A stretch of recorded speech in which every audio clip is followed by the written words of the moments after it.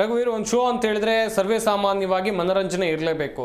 ಗಿಲ್ಲಿ ಮತ್ತು ಕಾವ್ಯ ಮನೋರಂಜನೆಯನ್ನ ಕೊಡ್ತಾ ಇದ್ದಾರೆ ಅನ್ನುವಂಥದ್ದು ವೀಕ್ಷಕರಿಗೂ ಗೊತ್ತಿದೆ. ಬಟ್ ಮನೆಯವರಿಗೆ ಗೊತ್ತಿಲ್ವಾ? ಅಷ್ಟೆಲ್ಲ ಎಂಟರ್ಟೈನ್ಮೆಂಟ್ ಮಾಡ್ತಾ ಇದ್ದಾರೆ, ಕಾಮಿಡಿ ಮಾಡ್ತಾರೆ, ಟಾಸ್ಕ್ ಕೂಡ ಆಡ್ತಾರೆ, ಯಾಕೆ ಈ ಪಟ್ಟ ಅವರಿಗೆ ಅಂತೇಳಿ ಅದೇ ಹೇಳ್ತಾ ಇದ್ದೀನಲ್ಲ, ಅಂದ್ರೆ ಬಿಗ್ ಬಾಸ್ ಅವರು ಅಲ್ಲಿರೋ ಜನಗಳಿಗೆ, ಸ್ಪರ್ಧಿಗಳಿಗೆ ಏನ್ ಅನ್ಬಿಟ್ಟಿದೆ ಅಂದ್ರೆ ಅವ್ರು ಈಸಿ ಟಾರ್ಗೆಟ್ ಆಗಿ ಅನ್ಕೊಂಡ್ಬಿಟ್ಟಿದ್ದಾರೆ.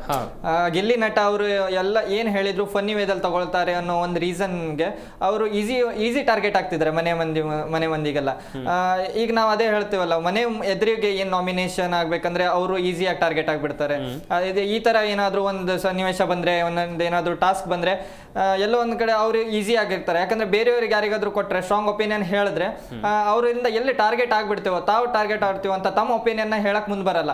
ಈ ಗಿಲ್ಲಿ ನಟ ಅವರು ಮತ್ತೆ ಕಾವ್ಯ ಅವ್ರ ಮೇಲೆ ಎಲ್ಲರೂ ಹೇಳಿದ್ಮೇಲೆ ಅವರೊಂದು ಈಸಿ ಟಾರ್ಗೆಟ್ ಅಂದ್ಮೇಲೆ ಅವ್ರು ಹೇಳಿದ್ರೆ ಎಲ್ಲೋ ಒಂದ್ ಕಡೆ ಬಚಾವ್ ಆಗೋಬಹುದು ಅನ್ಕೊಂಡು ಅವ್ರನ್ನ ಟಾರ್ಗೆಟ್ ಮಾಡೋದಂತೂ ಖಂಡಿತ ಹೌದು ಅನ್ಕೊಂತೀನಿ.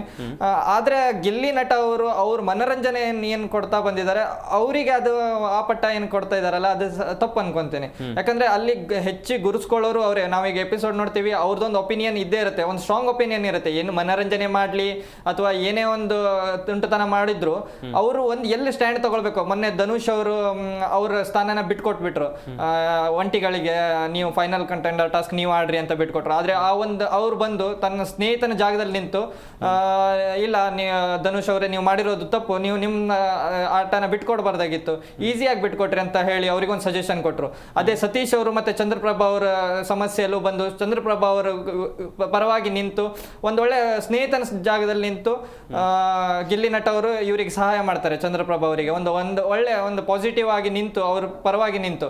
ಅದೇ ರೀತಿ ಎಲ್ಲ ಹೇಳಕ್ ಬಂದ್ರೆ ಮತ್ತೆ ಮಲ್ಲಮ್ಮ ಅವ್ರ ಬಗ್ಗೆ ನಮ್ಗೊಂದು ಏನಂದ್ರೆ ಇನೋಸೆಂಟ್ ಅದು ಇದು ಅನ್ಕೊಂಡು ಹೇಳ್ತಾರೆ. ಹೌದು ಇನೋಸೆಂಟ್, ಬಟ್ ಅವ್ರು ಗೇಮ್ ಆಡ್ತಾ ಇದ್ದಾರೆ.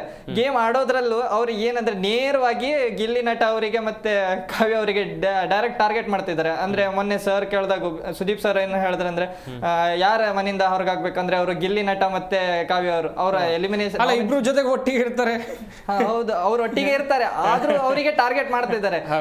ಅದೇ ವಾಶ್ರೂಮ್ ವಿಚಾರದಲ್ಲಾಯ್ತು, ಅದ್ರಲ್ಲೂ ಅವರಿಗೆ ಟಾರ್ಗೆಟ್ ಮಾಡಿದ್ರು. ಮತ್ತೆ ಯಾರ ಮನೆನ ಹೊರಗಾಗ್ತಾರೆ ಅಂದ್ರೆ ಗಿಲ್ಲಿ ನಟ ಅವ್ರ ನಾಮಿನೇಷನ್ ಇರ್ಲಿಲ್ಲ.